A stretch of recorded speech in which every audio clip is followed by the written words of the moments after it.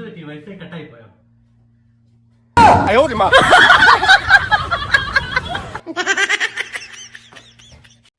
എന്റെ ഒരു ഫ്രണ്ട് ഒരു ഫംഗ്ഷന് പോയിട്ട് അവളൊരു ഫോട്ടോ ഇട്ടേക്കുന്നു.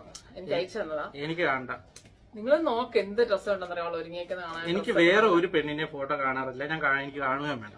ഈ ഡ്രസ്സ് നോക്ക്, ഒരു വെറൈറ്റി ടൈപ്പാണ്. നിങ്ങൾ നോക്കി, നല്ല രസമുണ്ട് കാണാനായിട്ട്. എടി എന്തോ ഡ്രസ് ഇട്ടെന്ന് പറഞ്ഞാലും നിന്റെ അത്രയും സുന്ദരിയൊന്നും ആയിരിക്കത്തില്ലല്ലോ. എനിക്ക് കാണുകയും വേണ്ട.